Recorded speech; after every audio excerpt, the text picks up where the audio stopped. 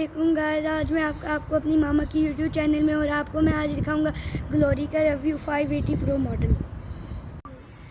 जी guys, यहाँ से दो बटन होते हैं जिससे आप आगे कर सकते हैं इससे सीट, और इससे आप पीछे कर सकते हैं। आप गाड़ी के पार्क भी करके सो भी सकते हैं इधर।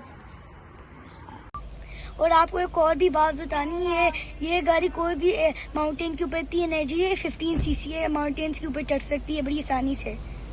ये 1500 सीसी कार है और इसके अंदर इन टोटल 6 कैमरास लगे हुए हैं। और आप अगर इंजन ऑन करते हैं, आप कहते हैं ग्लोरी वो कैन यू ओपन विंडशील्ड, वो ऊपर से विंडशील्ड खुल जाती है। Glory open Skylight. Got it.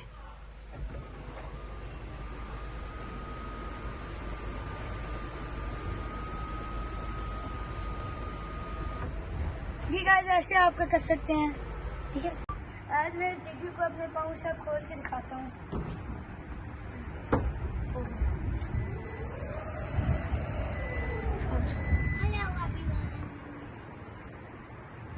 पापा आपने किए प्रॉमिस किए।